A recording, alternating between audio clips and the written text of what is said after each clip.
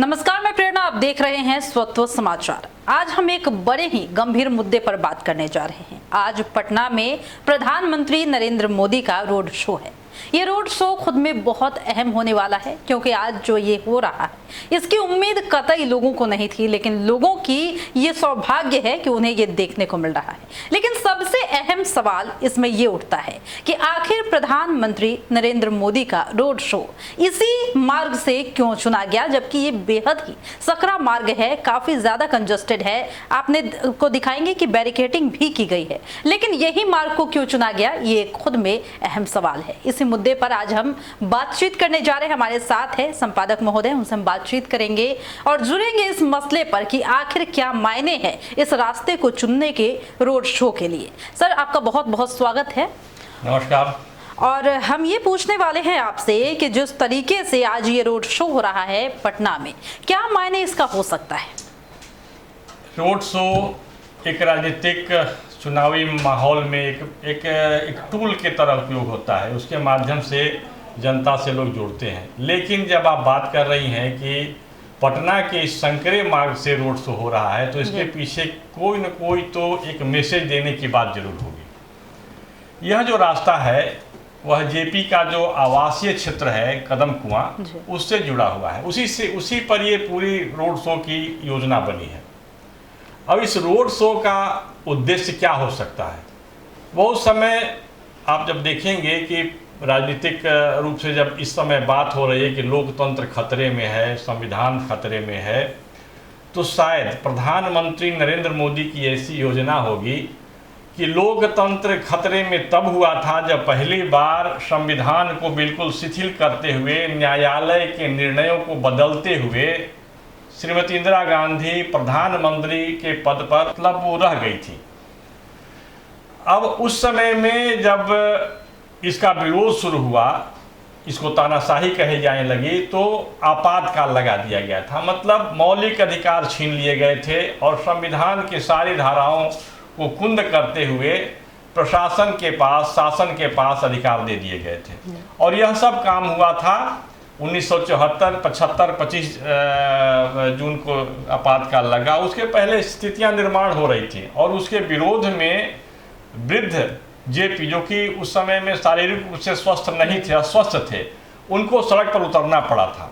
और सड़क पर उतरने के क्रम में जब वो पूरा पगड़ी बांधे हुए, मुरेठा बांधे हुए और लाठी लेकर के जीप पर सवार हुए, तो लोग कहते थे कि वो एक योद्धा की तरह लग रहे थे और योद्धा की तरह लग रहे थे। और उसमें जब वो चले तो अनायास लोग खींचते चले गए और बहुत बड़ी लाइन हो गई थी, बहुत बड़ी संख्या में लोग उनके साथ चल पड़े थे। और चलने के बाद में जब लगा सरकार को, प्रशासन को कि इनको कैसे रोका जाए, बैरिकेडिंग तोड़ करके, बैरिकेडिंग लांग करके जब वो गांधी मैदान पहुंचते हैं, तो उनको रोकने के लिए पहले तो आंसू गैस छोड़े गए, फिर लाठी चार्ज किया गया था। और उस लाठी चार्ज में एक लाठी, पुलिस की लाठी, उनके गर्दन पर आकर लगी थी, उनका सिर फट सकता था। उसी समय नानाजी देशमुख आगे आते हैं और आगे आकर के उनके सिर के आगे अपने हाथ को कर देते हैं, जिसमें पुलिस के लाठी से उनका हाथ टूट गया था।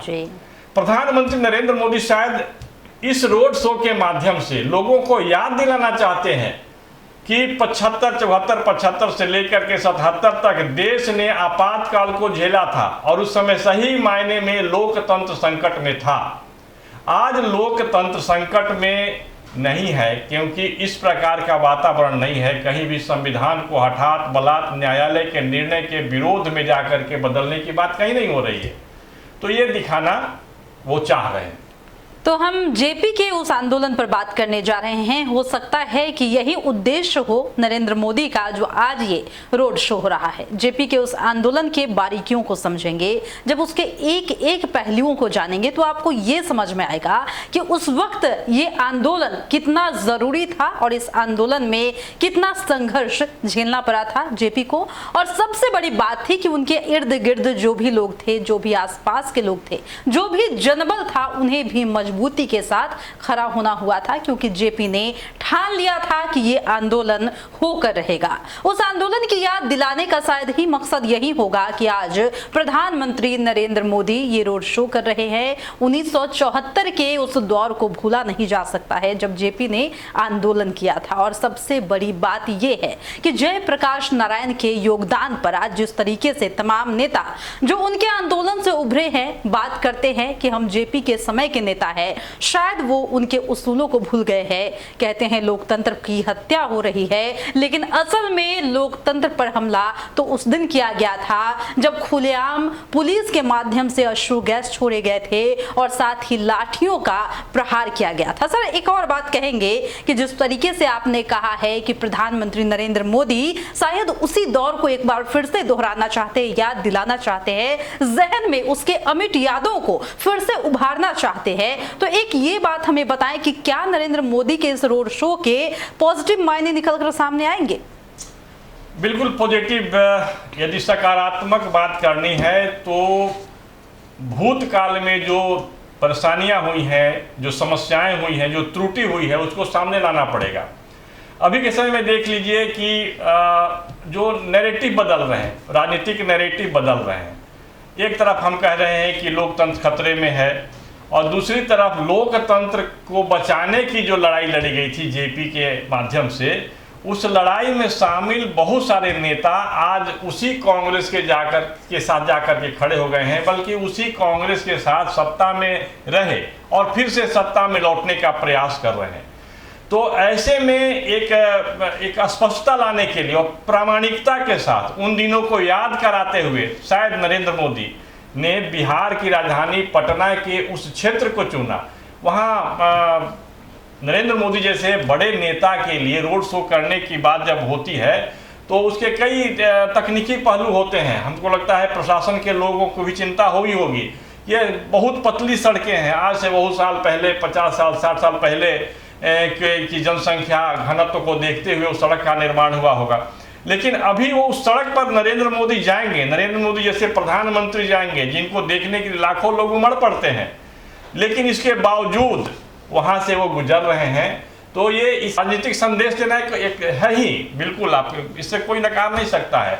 और बल्कि इस पर कोई चर्चा अभी तक नहीं कर रहा है, बड़े चैनल वाले हों चाहे कोई बड़े पत्रकार हों। तो हमें आश्चर्य भी होता है कि आखिर इस जगह को चुना क्यों गया था। पटना के लोग बहुत जागरूक हैं, राजनीतिक रूप से भी जागरूक हैं और राजनीतिक रूप से जो हो रहा है उसको पढ़ने में भी सक्षम होते हैं। और यहाँ से आपको समझ जाइए कि सत्ता परिवर्तन से लेकर व्यवस्था परिवर्तन की लड़ाई शुरू होती रही है। गांधी को भी बिहार में आना पड़ा, गांधी जी भी बिहार के चंपारण से अपने सत्य और अहिंसा का प्रयोग शुरू किए थे। और जेपी ने भी जब देखा कि पूरी तानाशाही के साथ जब लोकतंत्र खतरे में है, संविधान खतरा में है, संविधान पर तो कुठाराघात हुआ भी। आप देखेंगे 42वां संविधान संशोधन जब प्रतिपक्ष के नेता जेल में थे उस समय में हुआ है। तो ये सारी बातें हैं। कहते हैं कि उस वक्त जो है इंदिरा की कांग्रेस और सीपीआई का चोली दामन का साथ था और उस वक्त जेपी समझ गए थे कि इसी वक्त लोकतंत्र खतरे में है और उसे बचाने की जरूरत है। तब जेपी ने ये आंदोलन छेड़ा था। जी हां, बता दें कि उस वक्त जनसंघ जिस तरीके से काम कर रही थी और आरएसएस जिस तरीके से काम कर रहा था, आज के वर्तमान दौर में बीजेपी विस्तारित रूप कहलाता है। लेकिन एक सबसे बड़ी बात है कि उस वक्त जेपी समझते थे कि किस तरह से देश को, किस तरीके से लोकतंत्र को बचाया जा सकता है जब उन्होंने ये आंदोलन किया था। अंत समय है, हम आपसे ज्यादा और वक्त नहीं लेंगे। एक अहम सवाल ये रहेगा सर, आपने जिस तरीके से बताया है उन दौर को याद करते हुए, तो क्या आज प्रधानमंत्री नरेंद्र मोदी आए हैं तो आपको क्या लगता है कि वो विपक्ष के तमाम नेताओं को क्या आगाह भी कर सकते हैं? विपक्ष के नेताओं को आगाह करना और जो अभी विपक्ष में रह करके उस कांग्रेस के साथ गठबंधन करके और राजनीति कर रहे हैं, उनको बता सकते हैं, बिल्कुल खुल करके बता सकते हैं कि देखिए आपका स्खलन किस स्तर तक हुआ है। उस समय भी 1974-75 में भी भ्रष्टाचार का आरोप लगा था पहली बार कांग्रेस पार्टी पर और वंशवाद की भी बात हुई थी। उस समय तो नारा ही लगता था, तख्त बदल दो, ताज बदल दो, वंशवाद का राज बदल दो। और वही नारा लगाने वाले लोग भ्रष्टाचार में भी फंसे, कुछ लोग भ्रष्टाचार में भी फंसे और पूरी तौर से जो कांग्रेस की जो परिवारवाद की नीति थी वो उनको उन्होंने स्वीकार कर लिया है। परिवारवाद को लेकर के बहुत सारी बातें हो सकती हैं, परिवारवाद है क्या, वंशवाद है क्या। तो परिवारवाद का तत्काल एक यही हो सकता है कि पूरी की पूरी पार्टी यदि किसी को आप ट्रांसफ़र कर देते हैं, अपने उत्तराधिकारी अपने पुत्र की या पुत्री के पास ट्रांसफ़र कर देते हैं, बल्कि दे देते हैं, तो यह प्राइवेट लिमिटेड कंपनी जैसी बात होती है। और कांग्रेस पार्टी में ये बात इंदिरा गांधी के समय में संजय गांधी के माध्यम से, राजीव गांधी के माध्यम से, फिर सोनिया गांधी, राहुल गांधी के माध्यम से होता रहा है। इसको स्वीकार करना पड़ेगा, सत्य को नकारा नहीं जा सकता है, झुटलाया नहीं जा सकता है। उसी प्रकार की जब हम बात देखते हैं तो जेपी आंदोलन में अगली पंक्ति के नेता लालू यादव आज उसी कांग्रेस के संस्करण बन चुके हैं। कांग्रेस पार्टी जैसे करती थी कि पार्टी के नेता के बेटा को हम दे देंगे, पूरी के पूरे पार्टी का कमान दे देंगे, तो लालू यादव ने वही किया। अपने पुत्र तेजस्वी को दे दिया, तेज प्रताप को दे दिया, मीसा भारती को दे दिया। जब भ्रष्टाचार के आरोप में इनको जेल जाने की जब बात हुई तो उन्होंने अपना पूरा का पूरा उत्तराधिकार दे दिया राबड़ी देवी को।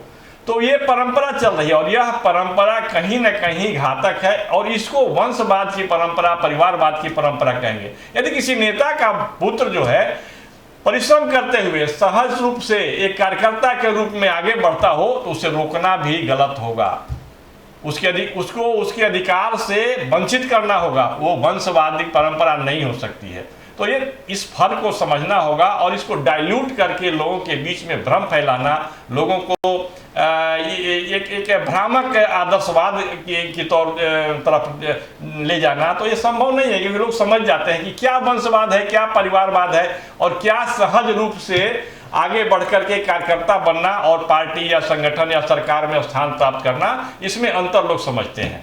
हमको लगता है कि आज के जो रोड शो है और इस संकरे क्षेत्र से होते हुए जहाँ गुजर रहे हैं प्रधानमंत्री, तो ये चर्चा का विषय बनेगा, ये एजेंडा में शामिल हो जाएगा। अभी के बाद से जो 2024 का चुनाव है उसका स्वरूप बदलेगा और इनको एक तरह से समझिए तो एक जेपी के नाम पर, गांधी के नाम पर एक नैतिक आधार प्राप्त करने का जो प्रयास इन्होंने किया है, एक नैतिक ढाल का उपयोग करने का जो किया है, तो ढाल से मुक्त करने का शायद प्रयास नरेंद्र मोदी का है इस रोड शो के माध्यम से।